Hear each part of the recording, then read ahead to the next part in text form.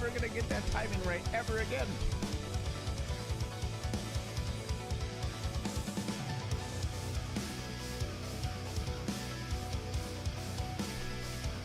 Also, Automattock, I think you're muted. You're not muted? Uh-oh. Okay. While Automattock is getting the audio thing taken care of, everything is fine over here. Welcome, everybody, to another episode of Best of Five. We're staying alive, just barely, though. Just barely. But good to see you all. It's very quiet. Okay, I'll turn myself up. There we go. Hello, everybody. Welcome again to another episode of Best of Five, where I'm having audio issues, I guess, today. Also, I think I hear Automattock now. Hello? Hello. Hello. There we go. There we go. We're getting there. Welcome back, Automattock, to Best of Five. Man. So, Automattock and I, a little bit earlier, we played this little game called Chained Together. And boy, that was an experience. I was just watching the clip you posted on Twitter. Dude, Looks pretty sick. It looked like from not being there, it's like, wow, it looks pretty cool, pretty sick. But when I'm in the mix, bro, I stretch for a second and my pits. I usually don't have a pit sweat problem. But playing that game, I was all clammy. I was just and I had a weird sensation in my nether regions too. I'm not gonna hold you. okay. I mean, maybe you should get that checked out. No, I'm just kidding. Not a joke. No, yeah, for some reason, I understand what you mean. Like, there's something about the game that's just very unsettling. I don't know what it is about it. I think, like, there's, like, the audio of it, or, like, maybe, like, even just the look of it. Like, something about it is just super unsettling. So, I'm right there with you. Yeah, the teamwork as well. Because we were kind of just queuing off of each other and not because you can't really say, all right, 1, 2, 3, go for everything. Yeah. So you kind of have to react to how how everybody else is moving too. So it's that, and like since we were doing the voice chat, like there's delay in the voice chat on top of that, and then there's the input delay in the game. Like, we always like complaining about input delay in video games as fighting game players. So yeah, that game was fucking hilarious. Also, driving that car was not that bad. You said driving the car was real bad. I don't know, man. I like driving that car. I think the way it turned, it wasn't as sharp as I expected. It always turned at the same degree every time. So if you're trying to turn off of something and turn sharper, it won't let you do it. So you just gotta accept the way things are. Yeah, it's like instead of a steering wheel, it's just a button. Right. No, it was real fun. But that was earlier today, and this is Best of Five. As you guys saw, we have TENTO, the host of Final Combat, and all around amazing commentator and player, is hanging out. He's in the green room right now. We have him. We have Evian water. We have all of he wanted just the red M&Ms, so we got him a pack of just red M&Ms. He's being very well taken care of, and he'll be joining us a little bit later in the show. Before that, Automattock, it's almost Tuesday. Oh yeah? It's almost Tuesday. It's almost Tuesday. It's not Tuesday until Bison gets here. Yeah, it's not Tuesday until Bison gets here. Okay, all right, I see. But tonight, I think he might be playable in training mode. Like they usually take the systems down for maintenance, and then the next day they open it up so you can play them online. Yeah. So I might be streaming tonight. Yeah. So the servers. They brought a tear to my eye, but I got choked up. that the thought of playing tonight. Michael Bibson, I've been waiting this whole time. Really. The servers go down at 8 p.m. Pacific, which is 10 p.m. Central, 11 p.m. Eastern, and they're expected to be down for about 4 hours. But I know what you're saying. Yeah, when they take the servers down, if they dispatch the update, usually you can get a hold of the character in training mode and offline before the servers go back live. I don't remember if I purchased the season patch or not yet. The season 2 pass? Yeah, I didn't even think about it. Yeah, I think the release between Akuma and Bison was so yeah, so little in duration that I just was like, I'll get it later. Yeah, and something else that I thought of today. So we talked a little bit about this when we were playing games earlier. I think I had my first good day of Street Fighter 6 in like a year.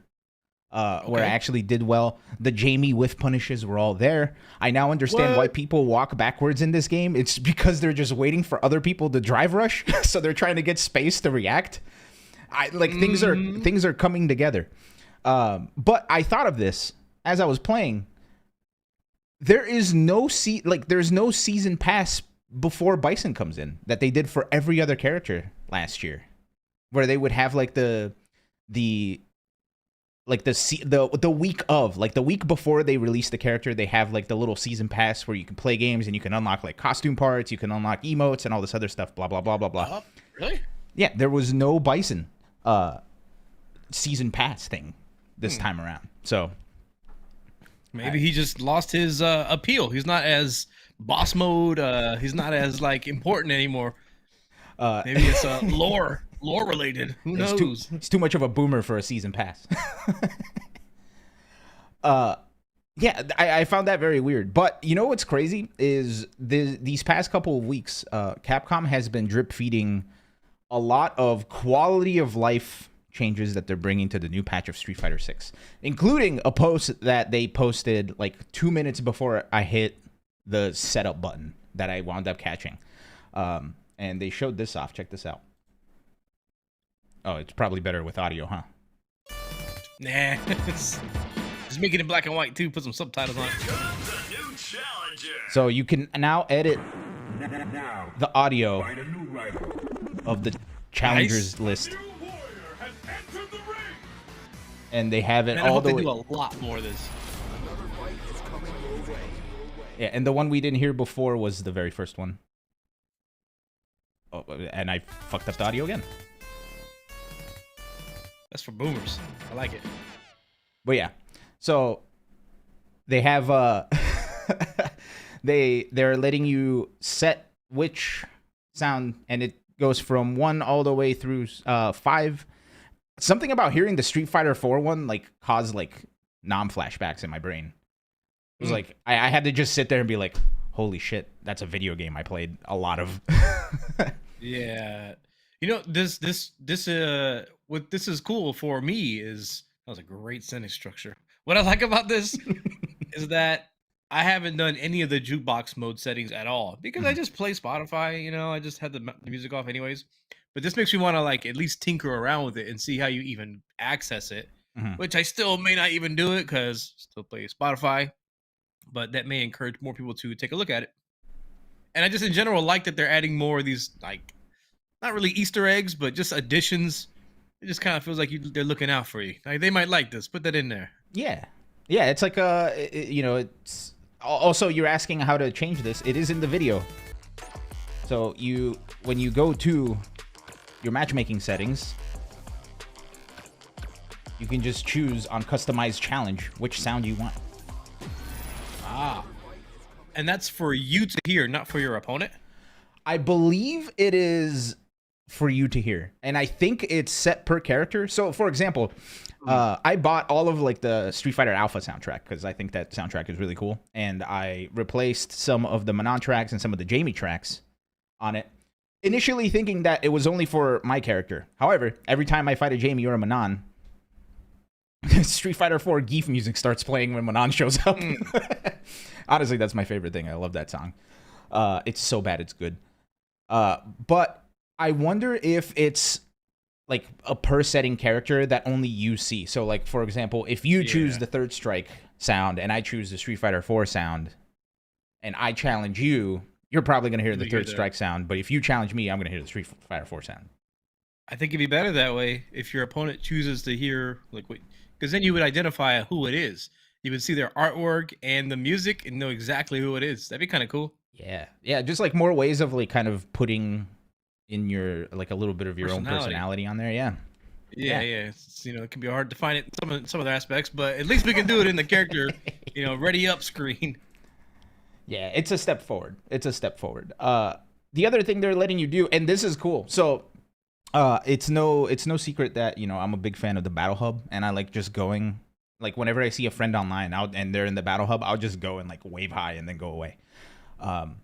They're adding the different cheering emotes. So whenever you're, oh boy, that is so small. Jeez, that's what she said. Where is the thing? Oh my god. Okay, here we go. So they're adding different cheer emotes for when you're spectating. So if you're in the battle hub and you're spectating a cabinet, your character is usually just like next to the cabinet, just going, yeah, like everybody else, like pumping their fist. Now you get to customize that a little bit with all of your other cheering emotes and such, which I think is pretty cool. I think that's gonna, you know, much like you said, like it's like it just gives it like a little bit of variance, you know. Little flair, little pizzazz. Yeah, pizzazz. The zhuzh. Yeah, the pizzazz, the zhuzh.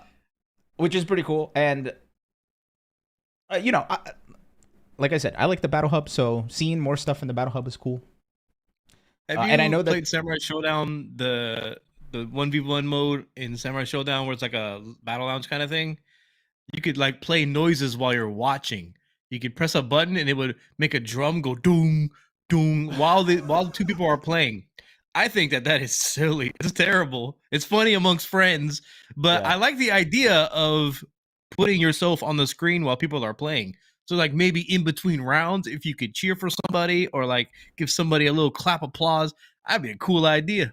wait, could the players hear the people spectating? Yes. Oh, Yes. wow. So you could spam drum sound effects and yo while people are playing. It's so egregious. I mean, it's cool, but Man, you know what's really interesting about that is you know, Street Fighter V had like you could do text as a spectator. Like you could just Really? mash out text. Yeah, you could like, and they had like preset phrases that you could say. But if you were fighting, you didn't see those. If you were spectating, you saw them. And I think Mortal Kombat, like in the past Mortal Kombats, I don't know about this Mortal Kombat specifically, but in past Mortal Kombats, they had something very similar where you could like throw up emotes, et cetera, but the people playing had the option to do away with that and focus on the game. But then when you're off, you're just talking shit like everybody else. But yeah, like having stuff like that would be really, really cool, I think. More what do you call it? More quality of life changes. There's like, I think they've given us like 7 in total as of right now. This is still really small. That's what she said. You can turn off notifications. So if you're either playing in a tournament or if you're streaming a tournament, as I sometimes do, you can now turn off those dang notifications of like, oh, this player's online, this player challenged you, this player's in the custom rooms, etc., etc. So you now have the option to turn off those gosh dang notification settings. Flab it. Dang bum it. I don't know. Have those bothered you at all? You're Not particularly, but I think it's a good thing to have for sure. Yeah, I remember in Street Fighter V, that used to be a huge issue, especially when they were doing tournaments. Oh, I saw him. Sorry. But I remember that being an issue where, like, if you were playing in a tournament and it was an online tournament and people found out who was streaming the matches, they would just spam that account with invites and it would just keep popping up until they turned it off. Weren't exactly flattering or very polite. Yeah. But hopefully this will help do away with all of that. And honestly, like as somebody who winds up streaming tournaments every once in a while, like that's like the best thing they could have given somebody like me. So I'm a fan. No more anything getting that's a boned. hurdle that gets in the way of running a tournament and they sort of subtract from that, it's always a good thing. Yeah, 1000%. Let me see here. Okay, there's more. And this one I think is going to be. I don't know if this is necessarily a good or bad thing, but I'm interested to see how this will affect the tournament scene, as it were. More quality of life improvements. If you select change match settings in the match result menu, you can reset the win-loss record for offline matches and tournament results. So no more. Gone are the days where you sit down at a cabinet and like or at a setup at a tournament, and you see like player 1 has a 20 win streak. But that's by choice, right? You don't have to reset it. No, you don't have to. Yeah, you don't have to. But every time you go to change match settings, that'll reset that counter. But man, I remember like watching like Street Fighter 4 tournaments where like there was like player 2 would have like a 30 win streak, and people would be like, "That's weird." Let me see. What else? Oh, right. Sorry. I pulled up the picture. I pulled up the photo in the background, and it was zoomed in, so I couldn't tell what it was. But now I can. And this is a big one for everybody. For those of you that like watching replays, if you don't like watching replays, you still have to. They're adding like a little bit faster playback speed, and they're having a rewind frame button. Good. That's really good. Man, I cannot tell you how many times I was watching replays trying to figure out what the hell I'm doing in this game, and I missed it by just that much, and then I couldn't rewind. But now they do. Now you can too. Yeah, I think before you had to go back a couple seconds and then go like to the point you wanted, and then do a frame by frame. But you couldn't do frame by frame and then frame backwards by frame. Yep. Which is you miss a lot of information like that, and you waste a lot of, well, not a lot of time, but you do waste some time. Yeah. Yeah, I just remember like trying to rewind and it just never working out for me. Because by the time it would come back to where I was rewinding from, I would forget what I was doing. But that's just between my brain and I. This one, I was a little surprised to see this next one. But I'm curious to see how this is going to pan out. But another quality of life change they're doing: when a critical art can be used, the player's health bar will now flash. And the edge of the drive gauge while in burnout is also easier to see, even on darker stages. Has this been an issue for you? No, as far as the burnout gauge, I never really looked into that too much. Yeah. And for I think Aki, her poison mechanic prevents you from seeing whether you were in critical art range or not. So you just kind of had to assume. Oh, yeah, because whenever you have access to critical art, your health bar turns yellow, right? Like that's yeah. Excuse me, that's how I tell. I didn't think about the Aki poison thing. Oh, I guess that gets rid of that problem. Yeah, that was the fun fact everyone would, spread around. Well, that's good for Aki. That's a nerf to Aki or whatever. Yeah, that's really funny. But like making stuff more visible is never a bad thing, I don't think. Unless it like breaks everything else, which I don't think it will. Well, I hope it doesn't. Fingers crossed. Last but not least, I don't know how you feel about this one, but I didn't think this was an issue until they brought it up, and I was like, oh yeah, this is cool. They tweeted this out like I think last week.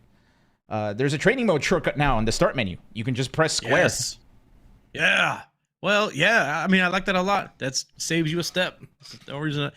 Like the Punch Planet does a really good job of that. As soon as you boot the game up, you can choose for training mode to be the first thing you see. I think that's awesome. Oh, interesting. So it's getting closer. I didn't know that.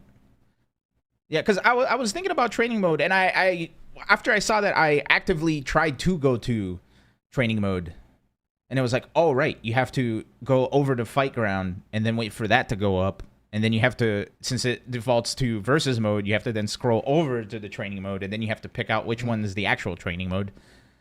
But yeah, no, this is cool, man, and it's one of those things where like you wouldn't think that that's very important, but that saves a lot of time, I think.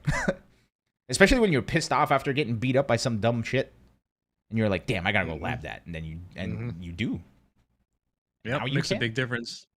Like you think it might save you like 20 seconds, but if there's a million people out there who save 20 seconds each time they log into Street Fighter 6 to go to training mode, that's a really big deal. Yeah. Yep. 1000%. Is Aki pretty bad? No, she did have some problems. She had some bad matchups, but now she's super. They buffed her up enough where her bad matchups are pretty close now. So people are complaining about her like JP. Like that's how she is right now. She's super good. Her conversions are just fucking crazy, man. Like if you have the drive rush meter and you're poisoned, you're dead, and you get hit, it's over. Yep, it's Jover. But aside from these quality of life changes, like, are you expecting, like, are you expecting anything from this upcoming patch? Like any balance changes? Maybe not If there balance. are any. Yeah, they haven't No, I don't announced have any any balance expectations. changes. That's the thing I'm the most concerned with, but like hearing the quality of life stuff is really good news. It shows that they're paying attention and they're doing more than just cleaning up like some messes here and there. They're building on what they have and making it better. As far as like any balance changes for the characters, at at the most, I expect that they will do the kind of changes that will be not even written in patch notes, like hidden changes that you have to be like somebody who goes behind the files and finds some really weird bug fix or whatever. Mhm. Yeah, it looks like it's all pretty good, man. I think they're encouraging that casual side, and the UI side is really good for everybody. Yeah. We're seeing a lot more content after the drought we were in for so many months. And yeah, maybe after Bison, maybe the next character they'll start doing some more changes. Who knows? Yeah. No, there's a part of me that's hoping for another like giant attack thing that they did with Akuma, but with Bison, where Yeah, you yeah, could yeah. fight the. Did you how much did you do that at all? The giant attack stuff? Yeah, I did it. People wanted me to play it, so I did, and I beat it a couple times. Like, oh yeah, cool. I like Yeah. that. Yeah. What's really funny is the AI for that Akuma did not know how to deal with command grabs. So as a Yeah, Manon player, like you would just walk up, back fierce, like command grab. It was like you just do that over and over again. reminded me of the beta. You can just do drive rush overhead, and then you're like, oh, what's that? Ow! uh, Ryu, wait, say that one more time. You cut out a little bit. a CPU level 8 Ryu did Oh the yeah, same thing. yeah, where you could just like neutral jump any drive rush. Something like that. Yeah. Yeah. Automatic. Any final thoughts before Tuesday arrives in a couple hours? Well, yeah, I'll be streaming Bison doing the training mode thing. I just made a document to put everything in there. You can go over to twitch.tv/automatic, type !guides. You can see all the things that I've written down for all the characters. And I'll be doing that tonight. I'll be whenever it comes out. As long as it's not 3 a.m. If it's 3 a.m., then I'm not gonna do it. But if it's 12, I'll do it. Just depends on when the maintenance is over. I'll take a Yeah. look. Yeah, so the laboratory is open for business tonight, maybe. Minutes. Cool, man. Well, I guess some closing thoughts about the character. Yeah. I think he's going to be boringly simple or, have a little bit of sauce. I don't expect him to be extremely complicated. I think the bomb mechanics is going to be the main thing, and how you work their drive gauge while the bomb is active is going to be crucial. His throw key is going to be crucial, whatever you can do off of that. But because his drive gauge covers so much distance, all you really need is a throw that has enough plus frames and you can work something with it. So we'll see. We'll see how it goes. I'll put it all together. Yeah, my one concern is just that drive rush, man. they I ain't worried about it. specifically, yeah. The Nah, I way ain't they worried showed about it in the trailers, man, it looks kind of scary. He don't have Fireball Drive Rush to back it up. It's just going to be raw Drive Rush most of the time. I think he's going to be more of a footsie character, to be honest. But Like if the he way that has, Heavy Punch looks, Scissor yeah, Kick, and Cycle Crusher when they have the bomb on it might be good, but I can just see myself uppercutting that if he does it too far away. yeah, no, and his scissor kicks are now a motion input, so that'll be an interesting little change. I'm excited to see how that goes. The OD version is safe, I think I recall. Yeah, I think it's something like that. Yeah, where they're punishable. They're like I think -6 on block. I don't know. We'll Something see like in a that. few hours. Word. Well, Automatic, we'll say goodbye to you so you can clean up the lab and get everything ready for testing. So, All right, I was stretching. I was actually yawning right now. so enjoy your labbing, sir, and we'll definitely we'll for this show we'll talk about it next week, but we'll be talking before, so we can share thoughts and stuff. Heck yeah. Word. See you Thanks later. for always, man. I'll talk to you soon. My pleasure. See you. Later. All right, and that is Automatic. You can go to twitch.tv/automatic or twitter.com/automatic to go check out everything that he will be doing tonight and tomorrow.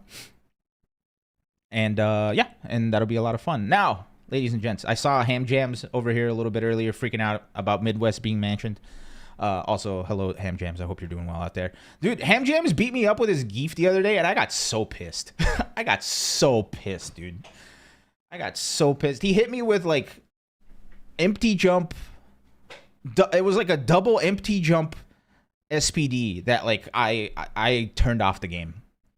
Like, he jumped in at me, and then I parried, because I have this bad habit of parrying jump-ins. But instead of, like, just doing the SPD, then he jumped again, and he landed with enough time to get me with an SPD before the parry went away. Oh, that killed me. But anyway, Midwest. we got your guy in the house. We have the wonderful Tento is here. Tento, you ready? Yeah, he's giving me the thumbs up. All right, ladies and gents, the voice of Final Combat, the host of Final Combat, all-around commentator extraordinaire. Tampa never sleeps. Tento, how you doing, man? I'm all good. Hope everybody can hear me loud and clear.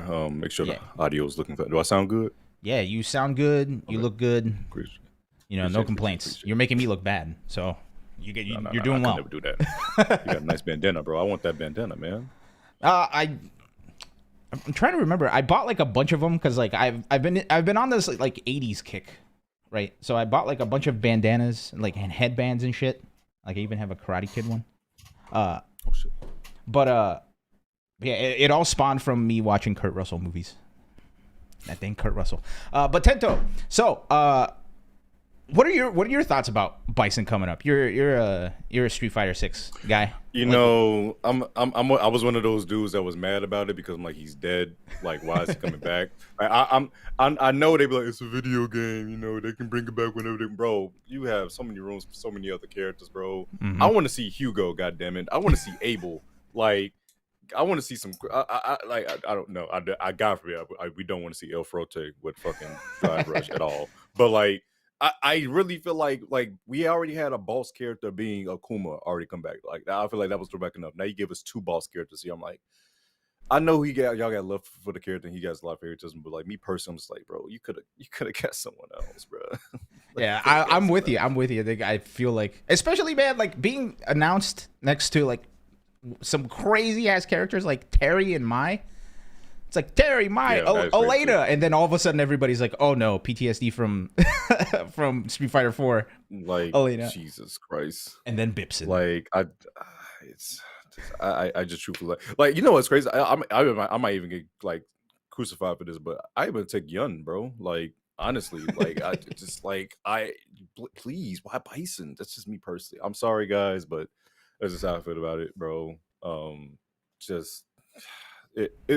We gotta accept what we got, but Terry and May being in there is really, really cool in my opinion. That's crazy. Like that is definitely making people think about like the crossovers that could happen in the future, especially if it can bring in maybe possibly Tekken characters or more characters from other SNK type of things. It's a beautiful thing in my opinion. I know some people get upset about guest characters, but I think about with those two being added, the possibilities can actually grow with certain characters that I know people would like to be as guest characters. So yeah.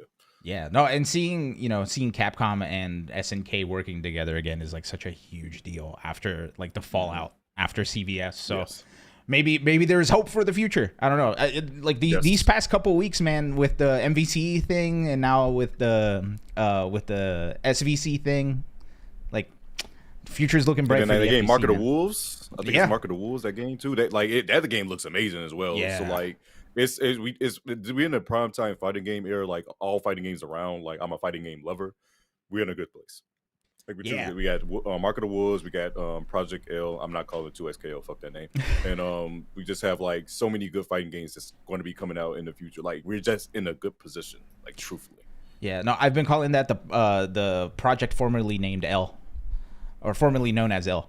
But actually, so before we get into recent stuff, I want to kind of dig into like your start in the FGC, and this actually lines up with I had some people submit some questions in our Discord. And if you're outside of the Discord and you want to join the Best of 5 Discord, you can go to discord.bestovshow.com. You can hop in there. But I was saying that to the chat, not you. You don't have to be in there unless you want to. Unless you want to. I want to be in there. Yeah, it's a cool hang. So PB Tuft, who's one of our producers here, he helps out with a bunch of stuff in the back, on behind the scenes.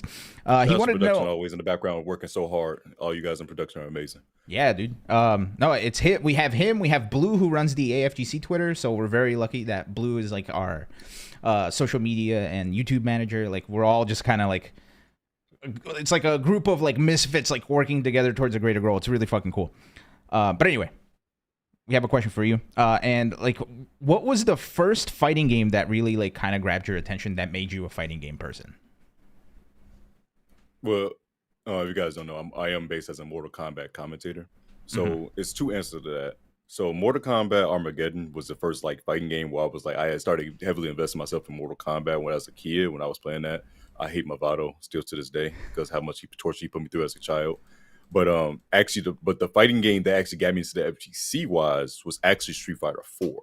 So I don't know if you remember when Xbox had the thing with Xbox 360, they had Xbox games free with gold every month. They Yeah. gave us Street Fighter 4 for free, and me and my group of friends in high school all like started playing it. But me and one of my other friends, me and him kind of like deep dove into it, and like we really learned. I learned about like frame data, like how the different health bars work. And I was on Shoryuken.com. I know I just did a throwback for some people, looking at every goddamn tournament every weekend. And every week I made sure I had my homework and everything done. And I'm watching Canada Cup, SCR, NCR, Topanga, any tournament I can watch, and I had the ability to watch it, I was just watching any of them. So Street Fighter 4 was definitely that fighting game where I was like, yeah, I kind of want to dive into this FGC stuff. Hell yeah. And you mentioned Deception, man. That I think that was also like the first like Mortal Kombat game where I was like, whoa, fighting games are deep. Yeah. So yeah, I'm right there, dude. Yeah. Also, like was Deception the one with Conquest? With the Conquest mode? Deception introduced Conquest. I didn't play Deception. I played Armageddon more. Oh, Armageddon. Sorry. Yeah, it's all good. Deception is the one that introduced Conquest, yes, but I played Armageddon the most when I was younger because I just loved. I hope they bring Conquest back, and it had Motor Combat. Dude, like, the go karts, like that shit was amazing. I played the hell out of that, like truthfully. I wouldn't doubt that we may have played because I played on so much that like I had a core group of friends that we met through just Mortal Kombat Kart. It was just Combat Kart, nothing else. We would just hang out, play the shit out of it. And then like I remember like we all started getting PlayStation 3, so then we switched to PlayStation 3 and we started playing games there. So like if it wasn't for Kart Combat or whatever the hell it was called, I wouldn't have a core group of friends. They need to bring that back. And Conquest. Those are two things. Like Conquest would be really nice as a story.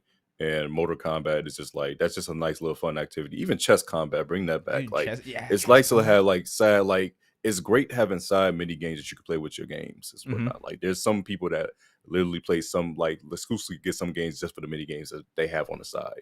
So yeah. Oh yeah. Dude, I think I played Motor Combat like way more than I actually played Armageddon in general. Literally, So, like same for me. Same for me. Like I love the Conquest. Don't get me wrong, but like I was with my cousins and we were in the living room playing. We're taking turns playing Motor Combat against each other. So yeah. yes, please do like bring that back. I want to see more of that, please. And also, I think they had like a puzzle combat too. Yeah, it was like puzzle, chess, and then motor, and then there was one other thing I think I'm forgetting too. But yeah, they had like those mini games. Like we lost that art. Is everyone's thinking about fighting? Like there's so many good mini games. Like Street Fighter 6 kind of does that too. With the stream battles is actually really like fucking fun. Like I actually like the stream battles. That's actually Street Fighter 6, and they have like plenty of content. Like when you go into the battle hub, they got like Mega Man and whatnot that you can play on the side. Bring the stuff like that. That's really cool. That is really cool. Bring stuff like that back. And it's crazy that it makes you play the game for longer because when you're getting pissed off at the fighting game, you could just go do something else. You literally go someplace like you can beat up a car, okay? You can beat up a goddamn car. That is amazing. Like, bro, forget this insurance. It's too high. Beat the car. Like, that's amazing. Don't beat up your controller. Beat up the car. Exactly. So I wanted to ask, and I love asking this question to commentators because I feel like it gives me a little insight into how your brain works. But with doing commentary, do you see fighting games different now that you're a commentator? Yes and no. Yes, because like of course I had to explain some situations that happen on the screen to some people, and I'm really big on like trying to accommodate for the casual audience that like a lot of people know fighting games button mashing. They know the basis of it's one of the easiest things to watch when it comes to like gaming wise because it's like whoever health bar goes down first, they lost. But explaining a deep dive into it, that's when it's kind of get complicated. But at the same time, I'm still having fun with it. You know, like it's still like it's a thing I love to do, and I'm just happy to be here type thing. Like I'm just happy to like be in the position where I could just commentate and give like entertainment to people that's has the same passion for me. I could just talk about it. So that's why I was just saying that. It's just like yes and no. Like I had to explain things, but like I'm no because I'm still having a good time while doing it. You know. Yeah. Do you think it's changed how you play the game? A tad. A tad. It's certain things I think about scenario. Like when I think about why my biggest thing for commentary is like, I know I could beat somebody's ass in a fighting game. I want to explain to why someone else is getting their ass beat. So like I do go into situations where I see like I do a lot of things like when I stream, we'll watch a tournament and I'll usually have the game booted up on the side. And then between like matches, I'm like, hey, that's a specific scenario. We're gonna lab that really quickly and see what he did wrong, like in between when they're going to another match, so we can just see like that type of thing. Like, what was the decision making? What was the options? Like, you like, why would they do that? You put yourself in that situation. Like, he was looking out for this. It was a mind game that we didn't notice that they were doing, and that was an option that you didn't think about. But that's what that like. I do things like that. So, and against it did make me change my gameplay just a tad bit on certain things because I had to think from the competitor side of me rather than just the commentary / spectator side of me. Gotcha. Oh, that's awesome. So how did it feel going from, playing Armageddon to being the host of the finals of the first Mortal Kombat 1 tour season? How'd that whole thing go down? It was crazy, to be honest, because I'm considered what's what some people call a quarantine commentator. So like during quarantine, like a lot of people came up during commentary because we had nothing to do. So shout out to MF Slayer. Slayer had the thing called Demon Lobby. Demon Hours, where like everyone's sleep schedule was fucked during quarantine. So at 2 a.m., like he'll just do a King of the Hill and like have random players come through, and there will be just talk about life things, what quarantine day it was, and like just be chilling and playing. And then he started doing exhibitions and tournaments during that time, and I started commentating that. And then over time, I got my first ever commentary position was at Frosty, and then I had got my first big break at CEO 2021. Also, an event, a BGX Retribution that was in Philly. And then that's when I started getting my CEO was really when the ball started moving and I started gaining momentum. And then I just honestly just put myself out there, make sure I'm doing online tournaments, giving back to the community. I don't mean to get too deep, but the community, the FGC quite literally did save my life when I was in a dark time. So my passion for commentary is really just me trying to give back in the way I can with just commentary and just using my voice for entertainment. So it's just like the event after event after the event. And then big shouts to my mentor, Mr. Aqua, Aquaman. He does the Coliseum on YouTube, but he asked me, I want you to co-host with me for MK11.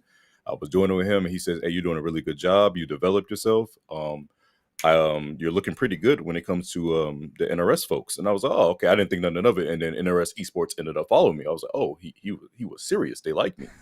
And then MK1 came out, and I got my first offer with ECT when the Pro Comp had started, and they said, you're on the Pro competition. I was like, oh shit, this is happening. I did it. They liked me. I was like, I thank you. And then they was like, we want you to be the host. And I was like, huh? They was like, yeah, you don't have the quite seniority yet. You don't have like the experience that, because you're just starting here, but we don't want to leave you out. So we're going to make you the host for the event. I was like, oh, okay. You're going to interview Ed Boon. Wait, what? Huh?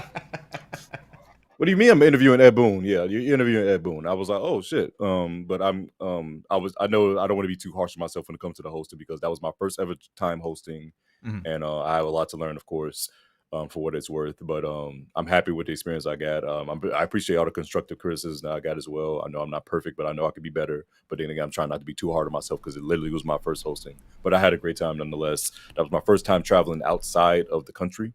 I've never traveled anywhere else in the States. It was in Canada, right?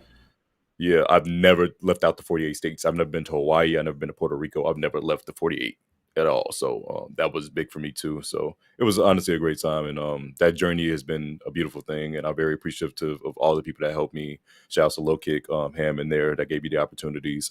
Aqua, Slayer, Viz, like all of those guys. They really did help me get to where I am. Hell yeah. Also, just to put this on the record, I think you did a great job hosting Final Combat. Just wanted to put that out. Appreciate that. And I'm also like I have a music background, so like I'm always like super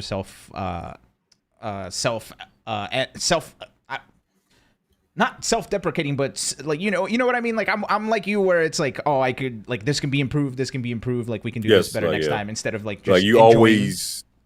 Your biggest critique is always like I always tell people it was like you look at yourself and you're always going to be able to point out your flaws in the mirror. But people are not going to see that because they don't see you every day. Yeah. They see you doing your thing and then what you do out there, and they're going to see the best parts of you, usually because you present yourself the way you present yourself. You're always going to see the pimple on your forehead because you look at your mirror yourself every day. And I was like a small little tangent, but like I remember, I'll never forget, I was at work and I was talking to my coworker, like, hey, you look nice today. And she says, you don't see this fat ass pimple on my forehead? I'm like, no, I didn't notice that until you said it. But since you look at yourself all the time, you are of course going to call that out. But I didn't notice that until you pointed it out, and that's a big thing you got to take into account of. Yeah. So yeah. Yeah, and it's all like something I've learned recently is like about celebrating your own wins. That's like, for whatever reason, that's the hardest thing to do. So celebrate your win, man. You did a great job at Final Combat. I enjoyed it. I don't know if you did this on purpose, but your deep voice like really fit the mood, especially because it's Mortal Kombat, right? So yeah, that was definitely a factor. Well, I feel like they felt that it was great for certain things when it came to announcing certain parts. And I was looking at the tone. I was so happy during the rehearsal they gave me the chance to go out there and then get on the stage and whatnot. I'm seeing the presence of the stage, and I was like trying to coordinate with also my outfits as well. So I was like, I gotta. I'm in the tone of like this, especially like when I gave the idea. I'm like, wait, can I sit in that chair? Could I get a book and can I like read like a story? Because is that cool? Can I do that?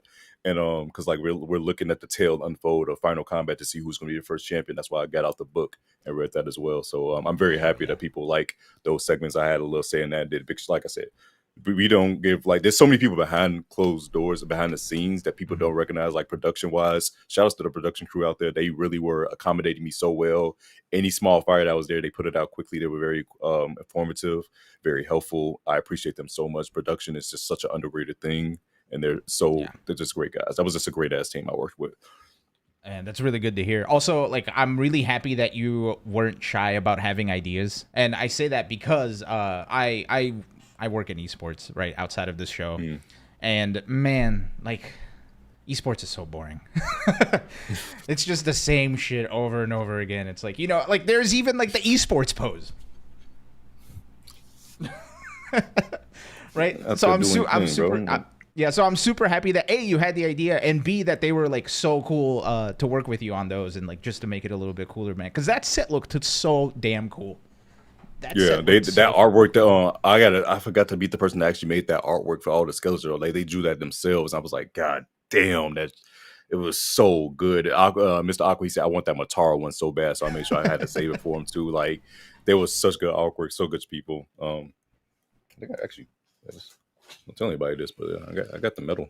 Ooh. They had an extra one they gave it to me. I was like, ha. Oh, that's I'm sick. a Final Combat champion. Dude, you did it. You won. You won the hosting of Final Combat. You're the best one. No, big shout out to Sonic Fox. They did a great job out there.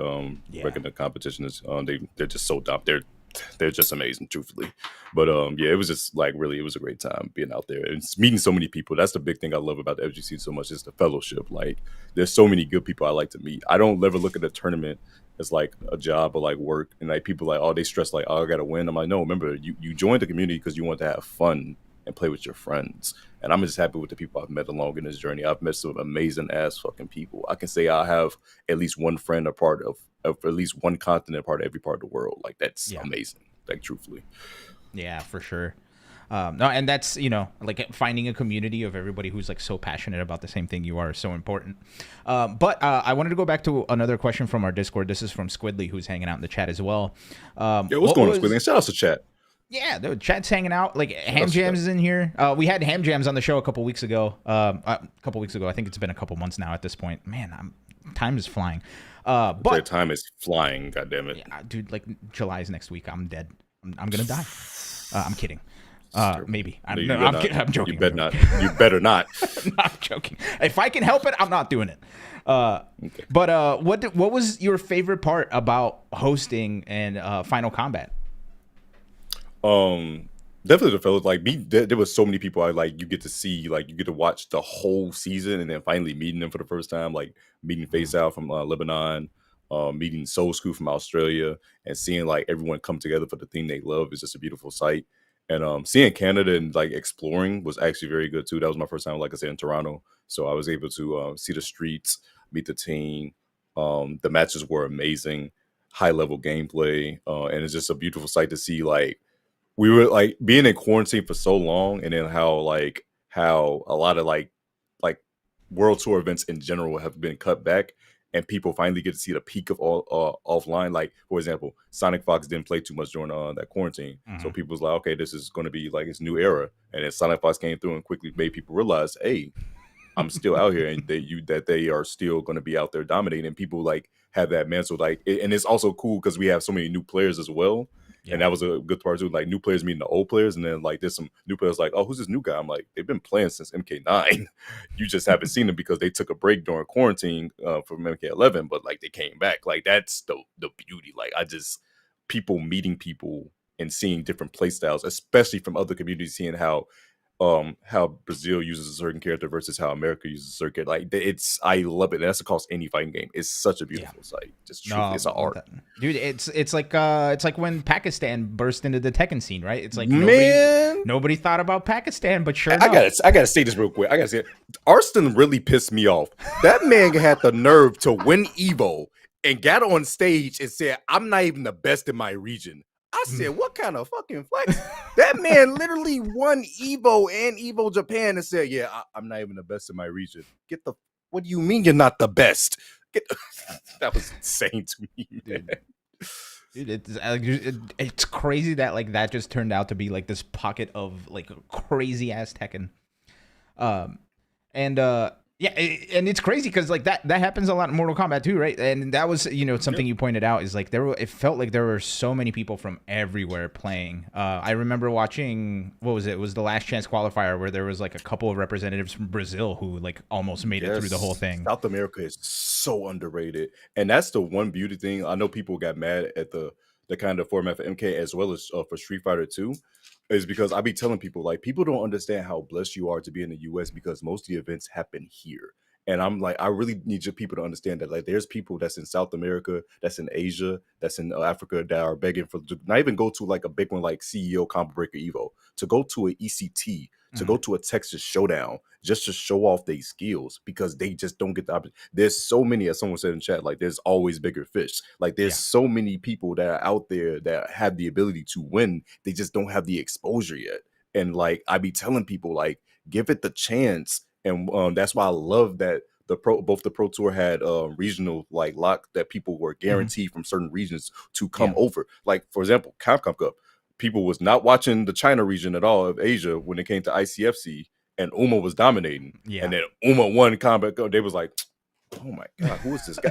he was dominating the whole time. Y'all just didn't know about him because he just didn't get the opportunity to come over here. Like those are the type of things.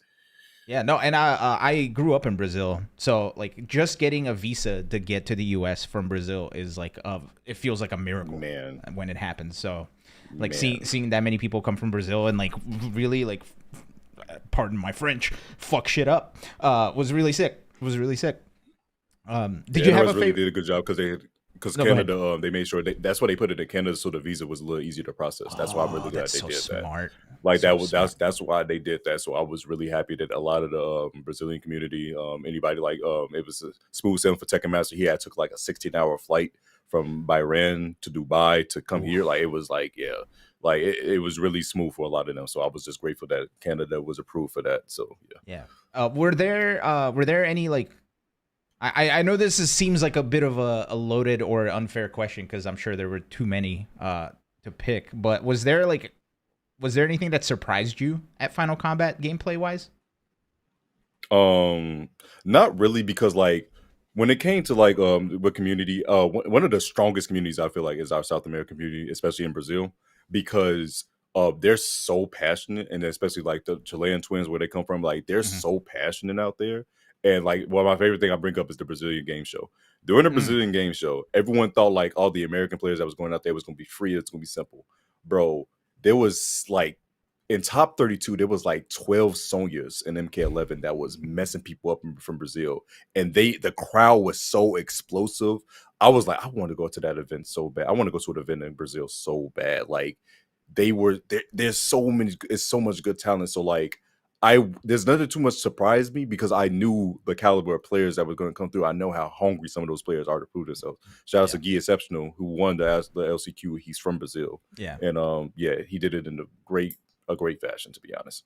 Yeah. No, it's crazy. I never knew Mortal Kombat was as big as it is until I moved to the US. Okay, And I think so I grew up in the city. I grew up in Rio, right? So like I didn't have much in the sense of like you know, like I could stay inside and play video games, or you know, go outside and potentially get hurt because it was a dangerous area. So I feel like maybe that's like a shared experience that Brazilians have, where it's like, well, I'm inside. I got Mortal Kombat. This is sick. Might as well just keep playing it. But yeah. Anyway, that tangent, just my brain. No. It's completely fine. No, like definitely, like that community is amazing. I want to go down there. I hope I get a chance to go out there next year to see them and go out to an event. They definitely asked about it when I was at Final Combat. Some of the Brazilian crew had came up there. I want to go so bad because I want to see that scene, and I want to. So I want to meet all those people. Like they're just so great. Like it's such amazing things out there. Yeah. No, it's something I've realized is that like they're like people in Brazil, and I'm sure like there's a lot of countries outside of the US too. Is like I don't know what it is. I think it's maybe like a self-protective thing that happens here in the US and some other regions where like people are afraid to get excited about stuff, or they're afraid of loving something, right? Yeah. Where in Brazil, it's like even if they don't know what's happening, like people would just like gather in a crowd and just like cheer for like whatever is happening, right? So, yeah, and I know people exactly afraid to get frowned upon. Yeah, and I know exactly people don't like to be the oddball. Yeah, it's like whatever that fear of like rejection or of standing out is like literally they just don't want to be like, they don't want to be that oddball out, because some people like want to be inclusive when it comes. I didn't mean to interrupt, but like so many people want to be like inclusive in that sense, especially in America, because if you're that one guy that's cheering something on and everybody else gonna look at you like, okay, weirdo, like there's that lack of expression here, like like truthfully, like, so yeah, I definitely agree with that. Yeah, but I know the exact Brazilian game show you're talking about because I watched it as well, and I was like, "Damn, Brazil showed up!" And that energy was crazy, dude. And my Ed Boon like filmed a whole thing introducing Kano in Portuguese when they were showing off Kano in Mortal Kombat 11, I think. So the fact that like Ed Boon went as far as to like do the entire thing in Portuguese was sick, and like you know. Seeing NRS kind of share the like show love in that sense was also really sick. So like it goes both ways, where NRS is showing love in Brazil, like showing love back, man. Actually, all the regions do. Like I was shocked that we didn't have like the Chilean twins run up like 1 and 2 like they did at Evo this past year, I think. We talk about in Final Combat. Yeah. Wait. You talk about like first and second? Yeah. I thought they were gonna be first and second like they were at Evo this past year. Yeah, no. This is a different game, different things to adjust, a different pressure too. Because like there was some people like, boy, are they nervous? I'm like, this is the first time in 5 years. The last Final 2020, so 4 years. The last Final Combat we had, pro competition we had, was 4 years ago. All these players have been doing like their thing, like in their own set, but they've never been in a world-class setting with literally the best of each region in this sense, and never had to go along this pressure, especially with a person like Sonic on the horizon too. They've never dealt with that. There were definitely nerves in there, and there was definitely people that was definitely shaking in their boots. I tell people this all the time. It is different when you are in a world tour setting and you're in a finale setting, because stakes are higher and there's a lot more. It's like it's something, if you haven't experienced before, you could be on the Evo stage and all that, but like being on the like a thing set only for you, like that world finals, it's different. It's definitely different from Evo. I'm not taking away from Evo, but there's a different feeling from Evo, being on a Tekken World Tour final, the Capcom Cup finale in top 8 versus Evo top 8. It definitely is. Yeah. No, and what's really funny is like that doesn't hit you until you're on stage and doing it. Literally. And by that time, it's way too late. Like, god damn, the lights are on me. The people are watching. There's people cheering me on. There's people cheering them on. I've just realized who my opponent is. This is actually crazy. The moment can definitely get big for a lot of people. Yeah. So, but hey, here's hoping that like next year, less nerves all around. But I wanted to ask you specifically about some stuff about Mortal Kombat 1. So Mortal Kombat 1 is a huge departure from kind of how the game has played in the past. Indeed. How do you feel about it? Change is good. because you need to change so you can figure out what you want to use your direction for the future. I always tell people you can't say that you want different in your life and you're not willing to go through change to make that happen. You got to change something in order to, if you want different outcomes of your life. So for MK1, it's the most casual out of all the fighting games. I do admit, out of all the FGC games, it's one of the most casual base, and a lot of them have never been introduced to a tag fighter. Me, I played Dragon Ball. I played a little Marvel, but I played Dragon Ball heavy, Dragon Ball fighters. So I understood the tag elements. I understand how assist fighter works. A lot of people don't understand the fact that you can play like as and then have an assist cover you. They never experienced that before. So that's why a lot of the fan base was pretty much split down the line. Alongside of, it was definitely a rough start because we didn't have crossplay. Guilty Gear had crossplay, Street Fighter had crossplay, Tekken 8 has crossplay. Off rip, we didn't have crossplay. It's already bad enough that we're already split when it comes to as a group already. So you got your Xbox players, your PC players, and your PlayStation players. Now that we don't have crossplay in a new game, that's tough. Thank God they added in later, and we have that, and it's pretty functional. But I will say it was a rough start. But right now, in the state of the game, of course, you gotta have your top tier characters and everything like that. But I really do like the state of the game. It's really nice. I wish people give it another chance. Because I do admit, first look, I can definitely see why people will turn their backs away and look away from the game. I completely understand. But now I say it's a fleshed out game and it is better. And it's definitely some place that is definitely going to even improve even more, and it's more developed, I will say. So yeah. Yeah, no, I 1000% agree with you, especially because it's something so new to not necessarily new to Mortal Kombat, because I guess they had like the tag mode in MK9.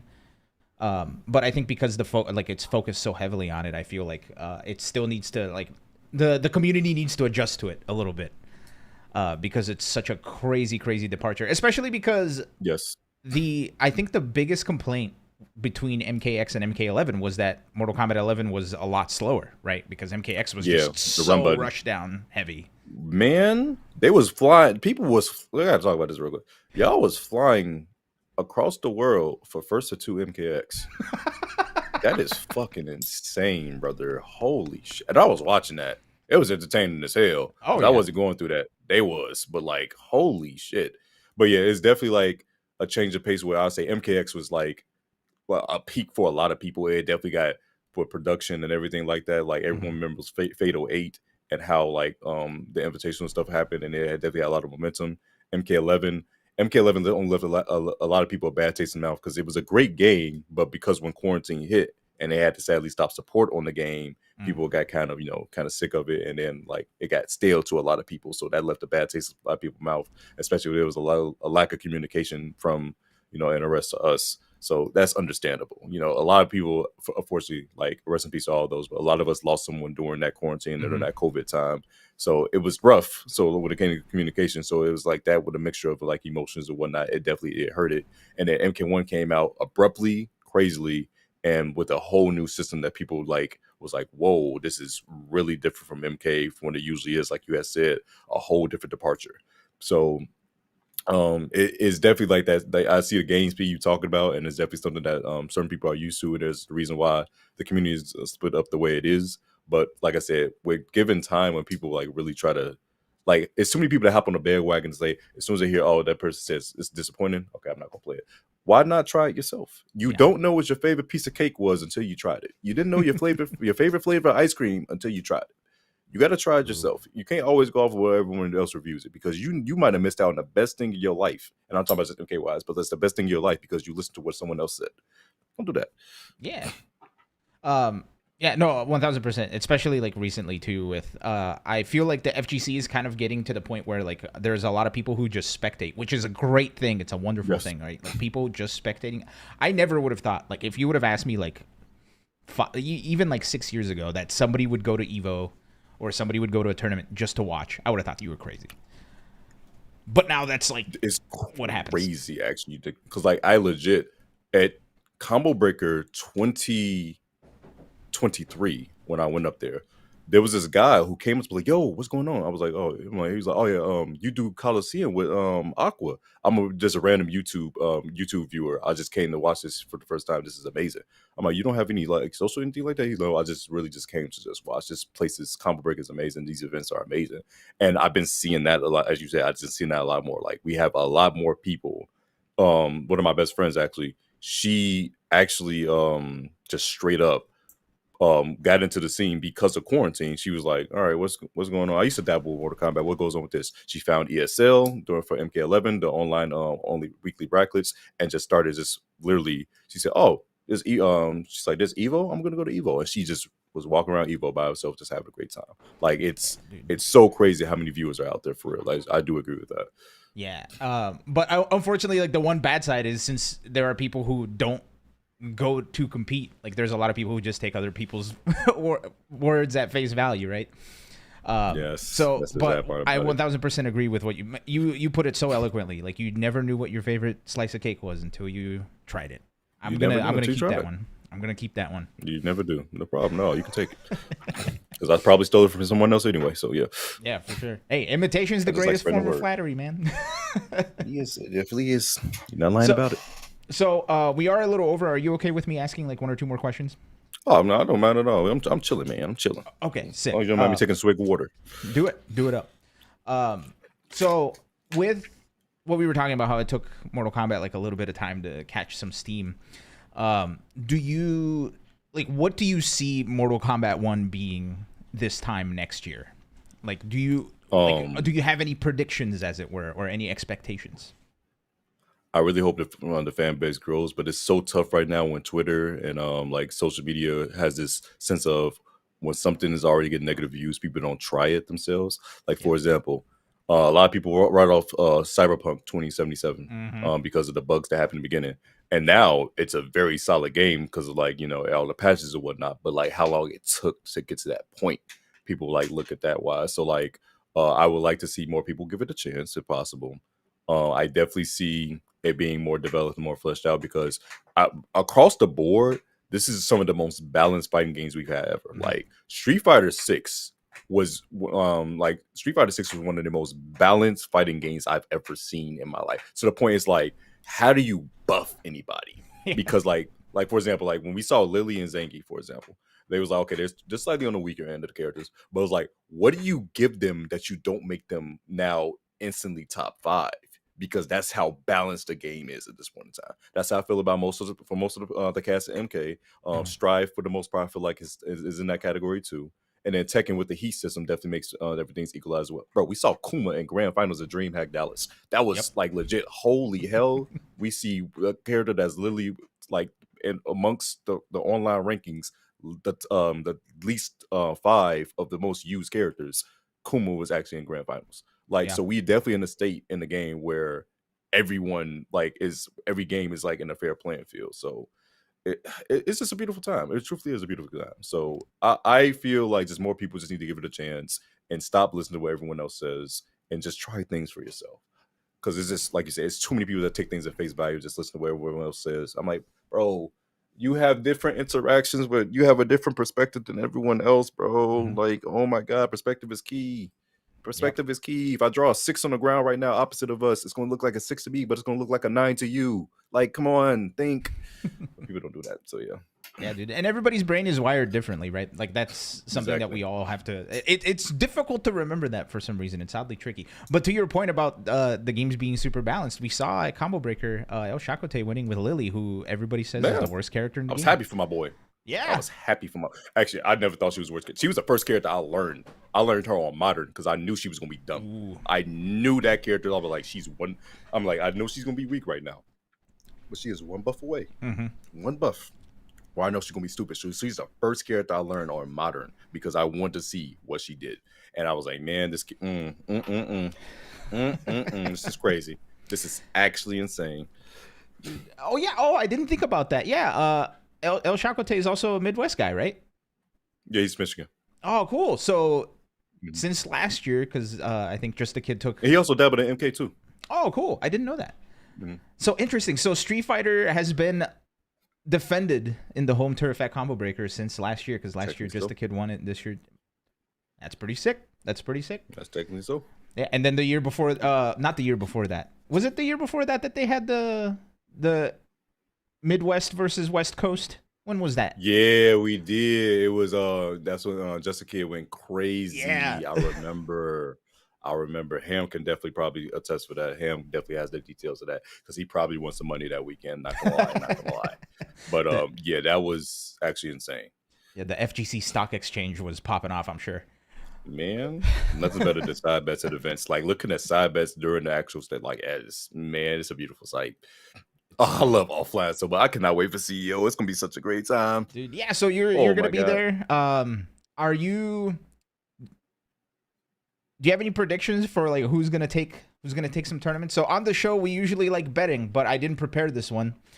We usually do pizza bets where we'll pick a winner, and if one of us gets the correct winner, the other person has to buy a pizza. Oh, okay. I will definitely do that. Okay, For MK, I feel you're gonna MK, go I ahead. believe that, MK like, for MK. Who you got? MK, I believe that like Street Fighter and Tekken is hard because if you don't if you guys do not know, the top two get flown out for EWC. That counts towards the Esports Oh. World Cup.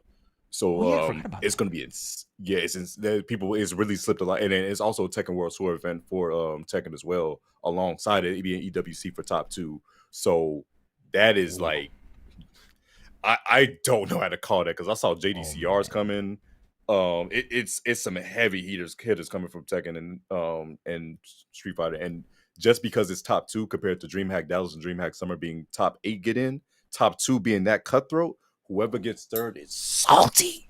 Oh, man. Whoever loses finals is like, oh, I'm gonna find you and buy you a shot, brother. Like, oh, I know you're gonna be upset. That's not gonna be good. But yeah, I could not call Tekken and I could not call Street Fighter because dude's coming. Dude's already in, and Men is already in, and then Punk is already in. Yeah, I think so. Yeah. So it's really the foreigners just trying to get in a lot of those cases, and I don't think we have a single American in Tekken thus far. Actually, I don't think so.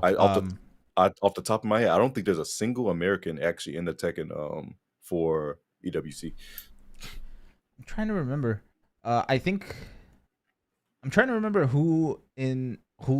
which American made it the farthest, and I think it was like Joey Fury or Joe Crush. Yeah, Joey. Oh, there was Joey Fury and Joe Crush had to play each other. Yeah, I remember. they were actually. So Joey Fury got 9th at Dallas, and Joe Crush got 9th and got 9th in Dallas. He got 13th, and I believe Joey Fury also went to Summer, and he also got. I think he got 13th there too. Yeah, we've had some Americans get close, but yeah, no cigar. Yeah. No cigar. Well, let's stick with MK then. Let's stick with MK. Like, are there any any big killers coming to MK in? Oh yeah, it's Dialogue, Rewind, Too Easy, Samij. That's off the top of my head. I know those guys. I have Dialogue. I predict Dialogue could take that. Dialogue. Yeah, we have. I think they said it was like 120 people signed up. So it could be some hand killers there too. It's always at least one person, like at enemy bracket. You go to the name. He's like, who the hell took out? Who is that? And I'm talking about for any tournament. You just like, who is that?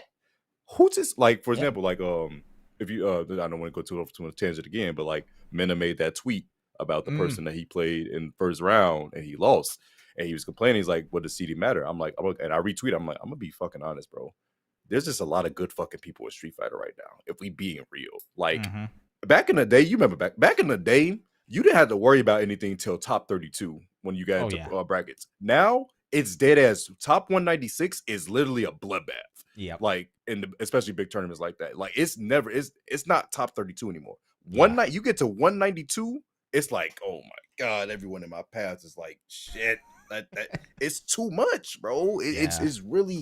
It's really too much now. There's a lot of good fighting game players now. The skill gap has closed so much because you don't have people gatekeeping the arcades anymore. You don't have and you have all the YouTube content for people to look up like strats and whatnot and share tech via Twitter and YouTube. Like it's not, the skill gap is closing. A lot of people are just good now. It's just truthfully that. Yeah. No, yeah, dude, and the fact that like you can just watch replays of everybody now, it's like so widely accessible. It's so good. I love this kind of stuff, man. And you know, nowhere else can you get something like that but the FGC, where it's like everybody, like all you have to, everybody can play. You just show up and Anybody you pay, can cook. Yeah, and Anybody can cook. Everybody has to pay the same entrance fee. Like that to me is Exactly. like my favorite fucking thing about the FGC is like everybody can play. It doesn't matter who you are, whether you're like just there for fun or whether you're a Daigo. Everybody pays the literally. same entrance fee. It's actually amazing. Man, I love it. So Tento, it is getting to about that time. But before we started the stream here, you said you're really bad about plugging your stuff, so I'm gonna make you plug your stuff. Where can people find you? All my socials are pretty much at either Tento4 or Tento4_. Twitch is at Tento4. Everything else is at Tento4_. So feel free to follow me on that. IG, Twitter, Twitch. Like I say, I have a lot of throwback streams. I have a PS2 and a GameCube right next to me, so I'll go back and do throwback games quite frequently. And then we occasionally do watch parties. If I'm not going to an event, I did a watch party for DreamHack Dallas. I did a watch party for DreamHack Summer, and I get my insights on things like that. You want to come chill with me? I talk shit. We have fun. Trying to go my YouTube as well. YouTube is at Tento4.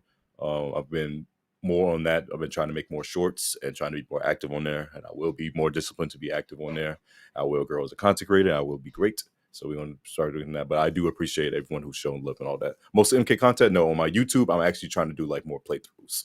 It's going to be like probably my shorts will be like stream segments and like things about the FGC, like catching up wise. But like my actual channel, I'm probably going to do like more like this. I feel like it's too many like younger kids that don't know about like the classic PS2 games we have, like Sly Cooper and like Ratchet and Clank. So I want to play like those games from like my perspective, because I either haven't even played some of those games or I haven't played some of those games in a long time and have a fresh face for that too. So that's what I want to do for my YouTube channel.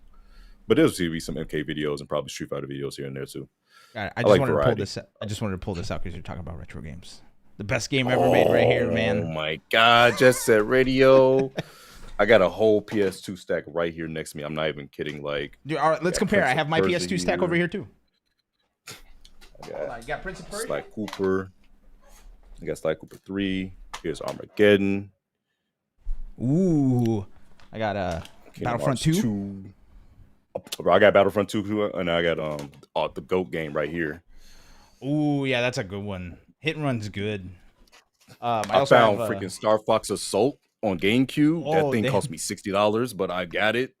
I was happy as hell. Dude, I got the best SSX one. Don't at me. Oh my God, I found one. On GameCube. I need to get that as well. I got True Crime. Dude, I remember playing the shit out of True Crime. Like my whole PS2 stack is like, I got I don't want to knock over the stack. I got TMNT, Marvel Ultimate Alliance, Spider-Man 1, 2, and 3. Damn, I remember playing the shit out of Spider-Man 2, man. Is that the PlayStation 2 one? Right, I actually got the classic. So I got the Spider-Man 2. Dude, right here. That and I have the GOAT. Ooh. I also have Gex 3. Oh, I might be dating myself. I also have I bought this like recently, Jammer Lammy. This game is so sick. God. If you haven't played it, it's like it's the sequel to Parappa that everybody wants. Shadow the Hedgehog. Oh man. Yeah. I've heard so much about Shadow the Hedgehog, but I've never played it. We got so many good ones. So yeah, I definitely have my collection of my PS2 and GameCube games, and I do like to do throwback streams on occasion to play those. We'll have to get together and play something sometime soon. Then we'll play some. We will. Play some. I don't know, like fucking Battlefront 2 or something. I don't know. Like Battlefront 2 sound up, bro. I need the good one, please. Pathos, I do have your copy of D. Pathos is my mod. He sent me a copy of D like in 2013. Which is like a PlayStation 1 game where you have 2 hours to beat the game or else you just lose. That game is wild. W mod. That game is wild. All right. Well, Lord Tento, look, I'm gonna give you a follow so I can go hang out and learn about fighting games and classic games, because honestly, like that's right up my alley too. So, but I'm super happy you came here to chat with me a little bit. I wish we had more time, but unfortunately, I got some shit going on, so I have to sign off. Understandable. I hate that. With that said, though, can we schedule you again? We'll keep this conversation going. Of course. Oh, hell yeah! I would love to be back here anytime. Hell yeah! All right. Then we'll schedule something. We'll get you back on here. We'll talk some shit. Talk not shit. Share some pizza. play some classic games, and just, you know, shoot the shit. There we go. That's what I wanted to say. Shoot the shit, not talk Shoot the shit. Shoot the shit. I like that. I like that. Shoot the shit. All right, and that is TENTO4 _, except for Twitch, where it's twitch.tv/Tento. There you are in the chat. All right, Tento, any final thoughts before we depart? Drink water, take your vitamins, and make sure you love those who are around you. Make sure you tell them you love them and hug them, please. Please hug them. That's a really good point. I'm gonna do that. I'm gonna go do that. And you have safe travels because you're gonna be at CEO. So safe travels. I leave on Thursday. Yeah. Yeah, safe travels. Get there safe and enjoy that beach for me, will you? Because I went last year and I barely went to my hotel room. It was either the convention center or I was just laying on the beach. That shit was and Jabali Land too. Yeah. Jabali Land, damn. I'm missing out. I'm missing out. All right. Hey, it's gonna be nice. You're gonna go next year. I'll be watching out for you. I'll be watching out for you. All right, man. Thank you so much. We'll get you back on the show soon. All right, no problem. Peace out. All right, ladies and gents, that was Tento. You can find him everywhere at TENTO4 _. I'm really happy we got him, man. He did such a cool, he did such a great job at Final Combat, and I think he fit the vibe so well. So I'm really happy we got him here to talk a little bit. Very, very fun. Big thanks to Tento. Big thanks to, man, Tento gifting subs in here. Man, Tento, dude, everybody give Tento a round of applause, will you? Will you? Thank you, Tento. I appreciate you, man. We'll definitely have you back on the show ASAP. But for now, we got to get on out of here. Bison is out tomorrow. Keep a tabs on the Twitter. And I'll let you know when I'm going live. For those of you listening to the audio version of this podcast, thank you. For those of you listening to the audio version, for those of you on YouTube, for those of you here on Twitch, for those of you everywhere, thank you so much for being here. Some free ways that you can help support the show is if you're listening to the audio version, you can give us a review, preferably a 5-star one. And you could say things like, hey, this show is great, and I listen to it on the daily. I'm kidding. Please don't listen to me on the daily. If you're on YouTube, you can subscribe, and you can also give this a thumbs up. That's always fun. If you're on Twitch, just a follow. And if you feel so inclined to subscribe, do it. But, you know, I don't recommend it. But that's going to be all for me today. So once again, big thanks to Tento for being here, for gifting some subs, and for chatting with us. This was really fun. Big thanks to Automattock for popping on, and Automattock for playing some Chain Together with me earlier today. Big thanks to, I saw Ham Jams in the chat. Ham Jams, it's good to see you. I still hate your geef, and I'm still salty about that match. I don't want to play you again. I'm just going to be salty for the rest of my life, and that's okay.